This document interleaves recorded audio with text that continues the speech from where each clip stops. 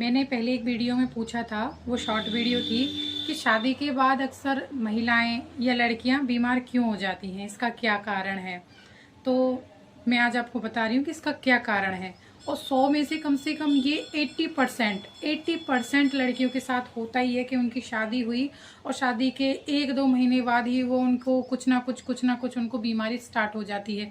बल्कि ससुराल में सब कुछ अच्छे से चल रहा होता है, ससुराल में उन्हें वैसी कोई प्रॉब्लम नहीं होती है, पर तबीयत उनकी ठीक नहीं रहती है। इसका क्या कारण है? फिर ससुराल वाले भी बार बार ये बोलते हैं, ये तो पता नहीं क्यों ठीक ही नहीं रहती है, ये तो बीमारी बहुत रहती है, ये है वो है, मतलब वो बहुत सारी बातें भी बनाते हैं जिसको सुन के हमें भी बुरा लगता है। लेकिन उसका कारण क्या होता है, उसका अक्सर कारण किसी को नहीं पता रहता। बस इतना पता है कि पता नहीं क्यों हम बीमार हैं। फिर बोलते हैं कि अब तक नज़र लग गई होगी।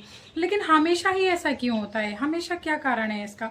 तो इसका एक कारण है जो मैं जानती हूँ और मैंने कईयों को देखा है और टेस्ट भी किया है और लोगों से पूछा भी है। जो मेरे पास महिलाएं आई हैं या मैंने जिनसे बात की है तो वो बताती हैं कि वो शादी से पहले तो बिल्कुल ठीक थी, लेकिन शादी के बाद से ही पता नहीं हमें क्या हो गया, कुछ ना कुछ हमें चलता रहता है। जैसे हमें कभी सर में दर्द होता है, सर में दर्द नहीं तो हमारे शरीर में टूटन रहती है, हाथ पैरों में बहुत ज़्यादा दर्द रहता है, तो कुछ और अजीब सा वो बेचैनी सी महसूस करती हैं।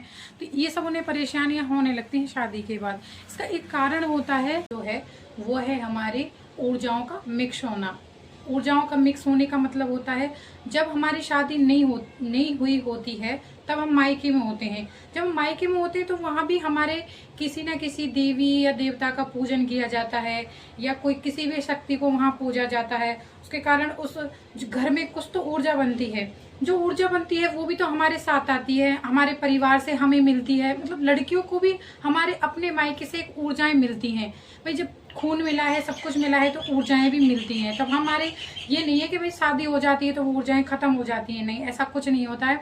शादी होने से पहले हमें मायके की हमारी ऊर्जाएं मिलती हैं। फिर हम जब ससुराल में शादी करके आते हैं तो ससुराल में भी पहले से उनकी ऊर्जाएं होती हैं, वो पहले से किसी देवी या देवताओं को पूजे हुए होते हैं।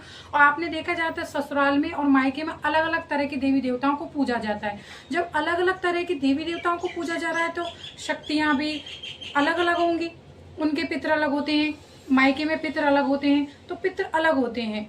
जब उनकी ऊर्जाएं उस लड़की के ऊपर, जिसकी नई नई शादी हुई होती है, उसके ऊपर पड़ती है, तो उसके प्रभाव के कारण वो लड़की क्या बार बार बीमार रहती है। तो मायके की ऊर्जा उसके पास पहले से होती है, फिर ससुराल की ऊर्जा और उसके ऊपर आकर्षित होती है, फिर वो दोनों ऊर्जाएं उसके शरीर में अंदर घुसने की कोशिश करती हैं या फिर को अपना प्रभाव डालने की कोशिश करती हैं। इसके कारण वो लड़की हमेशा बीमार रहती है। फिर बार बार कहा जाता है कि भाई ये तो शादी हुई है तब से बीमार रहती है या फिर इसे नजर लग गई है, पर ऐसा कुछ नहीं होता। ये ऊर्जाओं के मिक्स होने के कारण होता है, जो हमें ससुराल से और पीहर की ससुराल की और अपने मायके की जो ऊर्जाएं वो मिक्स हो जाती हैं। उसके कारण ज्यादातर शादी के बाद लड़कियां बीमार रहती हैं। फिर इन्हीं ऊर्जाओं का प्रभाव हमें बाद में देखने को मिलता है। फिर लोग कहते हैं इसको पित्र आ गया है, इसको ये आ गया है, इसको वो आ गया है, ये इसी कारण से होता है। फिर वहां के वो पित्र भी उसी लड़की को परेशान करते हैं और मायके के भी पित्र उसी को परेशान करते हैं। तो ऐसा कईयों के साथ देखा गया है और मैंने कईयों से पूछा भी है तो उन्होंने बताया है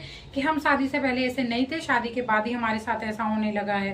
तो इसका यही कारण होता है। आप कमेंट करके मुझे जरूर बताएं कि शादी के बाद से आपके साथ भी कुछ ऐसा हुआ था कि अचानक आप बीमार होने लगी हो या कुछ अजीब सा आपके साथ होने लगा हो, शादी से पहले ऐसा नहीं होता हो और शादी के बाद ही ऐसा होने लगा हो।